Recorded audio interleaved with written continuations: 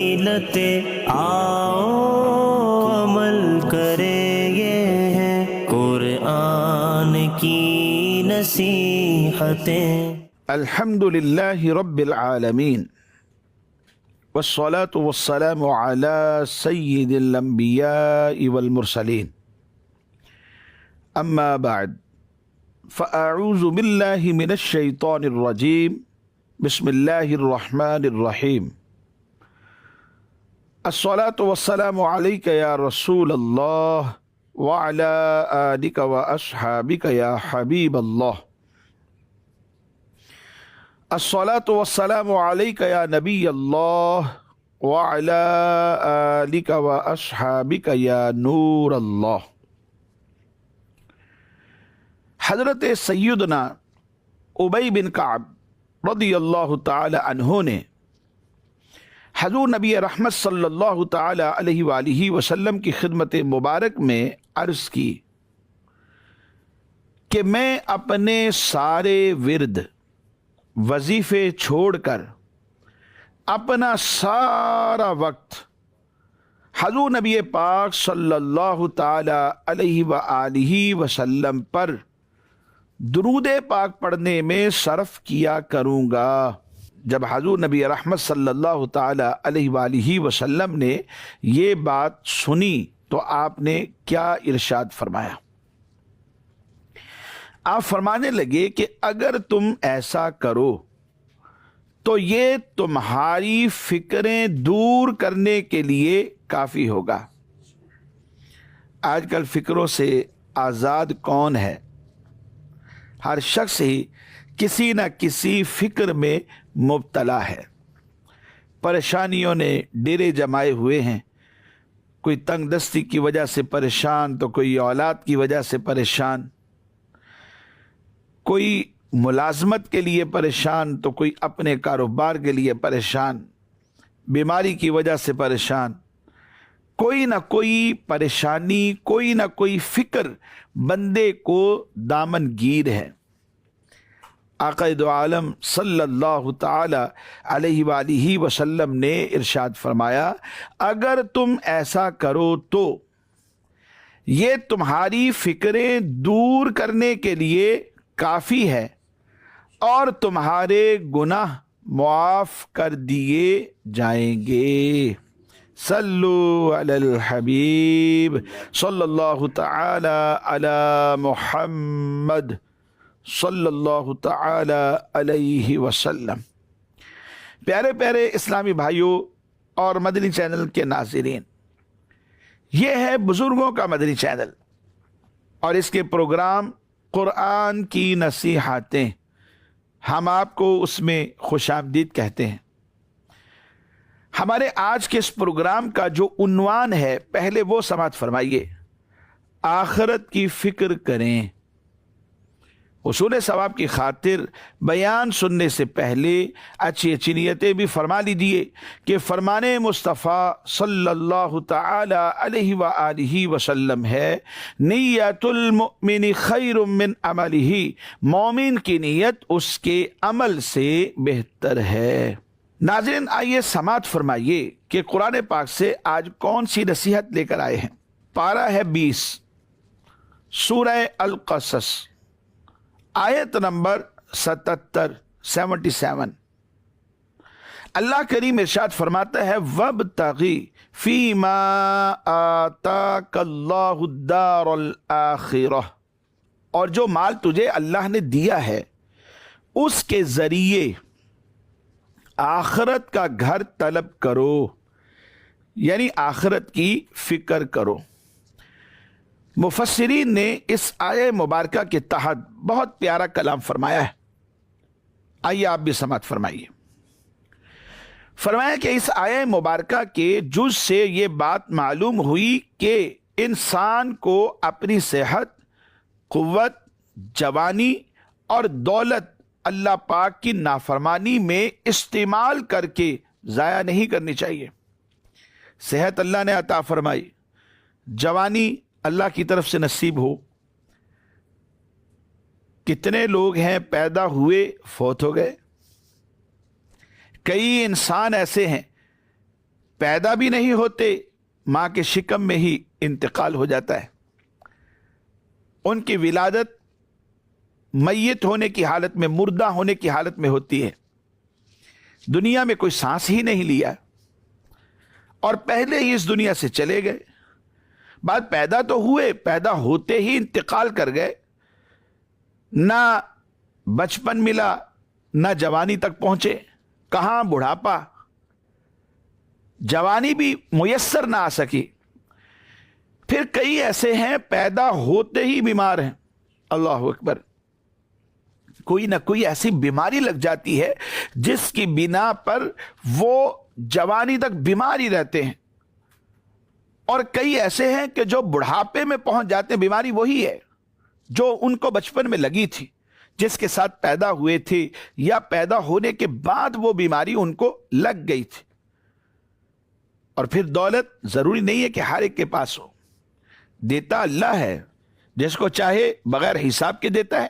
وَتَرْزُقُ مَن تَشَاءُ بِغَيْرِ حساب. اللہ کریم اپنے بندوں میں سے جس کے لیے چاہے بغیر حساب کے رزق دیتا ہے. لوگوں میں کیٹیگریز اگر کرنے پہ آئیں تو آپ کو بہت ساری صورتیں ایسی نظر آئیں گی کہ بعض ایسے ہیں جن کے پاس اتنا مال ہے تو حساب و کتاب ہی نہیں ہے، اور بعض اس سے کام رکھتے ہیں، پھر اس سے کام، پھر اس سے کام. کئی ایسے ہیں جو ایک وقت کا کھانا کھانے کے لیے دوسروں کے محتاج ہیں، پھر ہم ان کو زکوٰۃ دیتے ہیں. کئی شریف فقیر ہیں، کچھ تو رکھتے ہیں لیکن اتنا نہیں ہے کہ وہ صاحب نصاب ہو جائیں. مال و دولت جو ہے یہ اللہ کی طرف سے بہت بڑی نعمت ہے. آج کل کے دور میں انسان کو اپنی صحت، جوانی، قوت اور دولت اللہ پاک کی نافرمانی میں استعمال کر کے ضائع نہیں کرنی چاہیے، بلکہ انہیں اللہ پاک کی اطاعت اور فرما برداری میں استعمال کرنا چاہیے. ہمارا وجود جو ہے وہ دینی کاموں میں استعمال ہو جائے، نیکی کے کاموں میں استعمال ہو جائے. اللہ تبارک و تعالی کے دین کی سربلندی کے لیے ہم اسے استعمال کریں. جو اللہ نے سانسیں دی ہیں، جو طاقت دی ہے، جو قوت عطا فرمائی ہے، جو زندگی میں صحت ملی ہے، جو دولت رب کریم نے عطا فرمائی دی، اسی نے، اسی کا مال ہے. وَلِلَّهِ مُلْكُ السَّمَاوَاتِ وَالْأَرْضِ. سب کچھ تو اسی کا ہے، اسی کی ملکیت میں ہے. اس نے اپنے بندوں کو عطا کیا ہے، اور جو اس نے دیا ہے یہ اس کی اطاعت میں اور اس کی فرما برداری میں استعمال ہونا چاہیے. اور مفسرین نے لکھا کہ اللہ پاک کی ان نعمتوں کے ذریعے سے اپنی آخرت کو سنوارنے کی انسان کو چاہیے کہ وہ کوشش کرے. صحت کے ذریعے اپنی آخرت کو سنوارے، جوانی کے ذریعے سے اپنی آخرت کو سنوارے، اللہ کی اطاعت و فرما برداری کرے.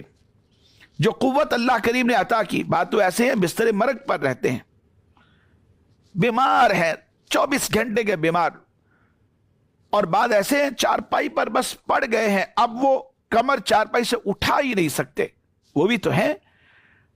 اور ان کے مقابلے میں ایک وہ شخص ہے جو ان کی دیکھ بھال کر رہا ہے، جو ان کی لک آفٹر کر رہا ہے، جو باہر جاتا ہے، نماز بھی پڑھتا ہے، کھانا بھی لاتا ہے، کما کے بھی لاتا ہے، سارے کام کر رہا ہے. اس کے پاس یہ ساری نعمتیں موجود ہیں کہ جو بستر پر پڑے ہوئے اس شخص کے پاس نہیں ہے، کہ جو کسی دائمی بیماری کے اندر مبتلا ہے. تو اس کے ذریعے سے انسان اپنی آخرت کو سنوار سکتا ہے.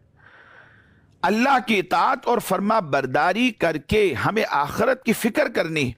اور یہ کتنی پیاری بات ہے. جو کچھ اللہ پاک نے عطا کیا ہے اس سے کیا طلب کرنا ہے؟ آخرت طلب کرنی ہے. ہمیں ہر چیز عطا اللہ پاک نے کی ہے. جو کچھ اللہ پاک نے دیا ہے اس سے ہمیں کیا کرنا ہے؟ آخرت کمانی ہے. ہاتھ جنتی کاموں کی طرف بڑھانا چاہیے. مرنے تو ہے ہی، کام تو کرنا ہی ہے، لیکن کام ایسے ہونے چاہیے کہ یہ ہاتھ گویا کہ جنت کے راستے پر ہمیں گامزن کر دیں. اچھا، ماں باپ کی فرما برداری کے لیے اٹھ رہے، کسی کے ماں باپ ایسے وضو نہیں کر سکتے تو یہ اپنے ہاتھوں سے ان کو وضو کرا رہا ہے. وہ کھانا نہیں کھا سکتے، یہ اپنے ہاتھوں سے لقمے بنا بنا کے ان کے منہ میں ڈال رہا ہے. کتنا پیارا کام ہے، انسان کو جنت کی طرف گامزن کر دیتا۔ اپنے ان ہاتھوں سے وضو کرتا ہے نماز کے لیے، قرآن پڑھنے کے لیے، تلاوت کے لیے، اپنے ان ہاتھوں سے اللہ کے دیے ہوئے مال سے لوگوں کی مدد کرتا ہے، جنتی کام ہے۔ تو ہاتھ کیا ہے؟ جنتی کاموں کی طرف بڑھائے جائیں، جہنم میں لے جانے والے کاموں کی طرف نہ بڑھائے جائیں۔ اور آنکھ سے فرمایا وہ دیکھو کہ جو جنت میں لے جائے، یعنی فحش مناظر، فحش چیزیں دیکھ کر اپنی آنکھوں کو جہنم کی آگ کا ایندھن نہیں بنانا چاہیے۔ کان سے جنت میں لے جانے والی چیزیں سنیں، مدنی چینل چلائیے، قرآن اور حدیث کی باتیں ہیں، اللہ اور اس کے رسول کی باتیں ہیں، اللہ اور اس کے رسول کے پیاروں کی باتیں ہیں، شریعت کا کوئی نہ کوئی حکم سننے کے لیے مل جاتا ہے۔ کان سے جنت میں لے جانے والی چیزوں کو سنیں، جہنم میں لے جانے والی چیزوں کو نہ سنا جائے۔ اور زبان سے، زبان بھی تو استعمال کرنی ہے، کئی ایک بہت بولتے ہیں، بات بات پر ایک جملے سے کام ہو جاتا ہے، لیکن 36 جملے بولیں گے۔ زبان سے فرمایا وہ بولو جو جنت میں لے جائے، جہنم میں لے جانے والی چیزیں نہ بولو، ایسی باتیں نہ کہو، ایسا کلام نہ کرو جو اللہ کو ناراض کر دے۔ اور ہمارے پاؤں اس طرف اٹھاؤ جو جنت میں لے جائے، یعنی دین کے کاموں کے لیے، گناہ کے کام کی طرف پاؤں نہیں اٹھنے چاہیے۔ غرض یہ کہ اللہ پاک نے جو کچھ بھی دیا ہے اس سے دنیا نہیں بلکہ آخرت کمانی ہے، جہنم نہیں بلکہ جنت کمانی ہے۔ اللہ کریم قرآن پاک میں ارشاد فرماتا ہے وَمَنْ أَرَادَ الْآخِرَةَ وَسَعَى لَهَا سَعْيَهَا وَهُوَ مُؤْمِنٌ فَأُولَئِكَ كَانَ سَعْيُهُمْ مَشْكُورًا۔ فرمایا اور جو آخرت چاہتا ہے، آخرت کا ارادہ کرتا ہے اور اس کے لیے ایسی کوشش کرتا ہے جیسی کرنی چاہیے، اور وہ ایمان والا بھی ہو، آخرت کی فکر کر رہا ہے، ایمان والا بھی ہے، فرمایا تو یہی وہ لوگ ہیں جن کی کوشش کی قدر بھی کی جائے گی۔ اس آیت میں طالب آخرت کا بیان ہے، جو آخرت کو طلب کرنے والا ہے، اس کے لیے جستجو کرنے والا ہے، کوشش کرنے والا ہے، اس کا بیان اس آیہ مبارکہ میں کیا جا رہا۔ اور یہ آیہ مبارکہ سورہ بنی اسرائیل کی 19ویں آیہ مبارکہ ہے۔ چنانچہ ارشاد فرما دیا گیا جو آخرت کا طلبگار ہے اور اس کے لیے ایسی کوشش کرتا ہے جیسی کرنی چاہیے، یعنی نیک اعمال بجا لاتا ہے اور وہ ایمان والا بھی ہے، تو یہ وہ آدمی ہے جس کا عمل مقبول ہے۔ کیونکہ کافر کوئی بھی نیک عمل کرے دنیا میں صلہ مل جاتا ہے، آخرت میں اس کا کوئی حصہ نہیں۔ فلاحی کام کرے، جو کچھ بھی کرے، اللہ کی بارگاہ میں مقبولیت کے لیے اور آخرت کے اجر کے لیے صفت ایمان ضروری ہے۔ ناظرین یہ بات ذہن میں رکھیے گا۔ تو فرمایا نیک اعمال بجا لانا اور وہ ایمان والا بھی ہو، تو یہ وہ آدمی ہے جس کا عمل مقبول ہے، اور یہی وہ لوگ ہیں جن کے اعمال کا اچھا صلہ انہیں دیا جائے گا۔ ہر عمل پر ہم صلہ مانگتے ہیں، جی ہاں جی، میں یہ کیوں کروں بھائی، کیا ملے گا؟ ہر عمل پر صلہ مانگتے ہیں، دنیا داری کی بات کر رہا ہوں۔ تو دین میں بھی اللہ کریم بندے کو محروم نہیں کرتا، عمل کوئی بھی نیک کر لیا اس کے اوپر اسے صلہ ملتا ہے، اسے چھوڑا نہیں جاتا، اسے اجر ملتا ہے۔ بس ہمیں اپنی نیت کی فکر کرنی ہے کہ میں کس لیے کر رہا ہوں، ریاکاری تو نہیں ہے، دکھاوا تو نہیں ہے، اس میں للہیت ہے، اللہ کے لیے کر رہا ہوں، دنیا داری کے لیے تو نہیں کر رہا۔ یہ جو کام میں نے کیا ہے یہ اللہ کی رضا کے لیے اور فکر آخرت کے لیے کیا ہے، اگر تو اسی کے لیے ہے بس سمجھے کہ اجر ملے گا۔ عمل اس انداز میں کرنا ہے کہ اللہ کی بارگاہ میں قبول ہو جائے۔ تو اس لیے مدنی چینل کے ناظرین، آخرت کی فکر بہت ضروری، کیا بھیجا ہے ہمیں اس کی فکر کرنی چاہیے۔ آئیے مدنی چینل کے ناظرین، آج کے اس پروگرام میں ہمارے ساتھ مہمان، ہمارے بزرگ بھی شامل ہیں، تو آج کے اس موضوع پر مختصر بیان کیا ہے. اسی موضوع پر, اسی ٹاپک پر ہم چاہیں گے کہ یہ ہم سے سوالات پوچھیں. میرے دائیں طرف سب سے پہلے محمد رمضان عطاری بھائی ہیں. میں چاہوں گا کہ سب سے پہلے ان سے سوال شامل پروگرام کرے. تو جی رمضان بھائی, آپ ہم سے آج ہمارے اس پروگرام میں ہمارے عنوان کے مطابق کیا پوچھنا چاہیں گے؟ مفتی صاحب ماشاءاللہ آپ نے آخرت کی فکر کریں, قرآن پاک سے نصیحت کے متعلق ہمیں مدنی پھول ارشاد فرمائے. بزرگ بھی آپ کو سن رہے ہوں گے, بزرگوں کا مدنی چینل ہے, تو اس حوالے سے رہنمائی فرمائیے کہ کیا صرف دنیا کی فکر جو ہے اگر رکھیں تو اس کا کوئی نقصان ہوگا؟ صرف دنیا کی جو فکر ہے جس میں آخرت کی فکر شامل نہ ہو, اس کا نقصان ہی نقصان ہے. کیونکہ جب انسان نے یہ غور ہی نہیں کیا کہ اس نے آخرت میں کیا بھیجا ہے, صرف دنیا میں ہی جمع کرتا رہا, نہ حلال کی فکر نہ حرام کی فکر, تو یہ اس کے لیے نقصان ہے کہ کہیں آخرت اس کی برباد نہ ہو جائے. بلکہ اللہ پاک نے قرآن پاک میں ارشاد فرمایا, بل تؤثرون الحیات الدنیا والآخرۃ خیر وابقی. فرمایا بلکہ تم دنیاوی زندگی کو ترجیح دیتے ہو, حالانکہ آخرت بہتر ہے, باقی رہنے والی ہے. یعنی انسان جب دنیا کی زندگی کو ترجیح دیتا ہے تو ان معاملات میں ایسا کھب جاتا ہے کہ عبادات سے دور ہو جاتا ہے. تو جب صرف اور صرف دنیاوی معاملات کو ترجیح دے گا, دنیا کی زندگی کو ترجیح دے گا, آخرت کی فکر نہیں کرے گا, تو ان احکام سے دور ہو جائے گا کہ جو اللہ کی رضا کے لیے اس نے کرنے تھے. دنیا میں آیا کس لیے تھا؟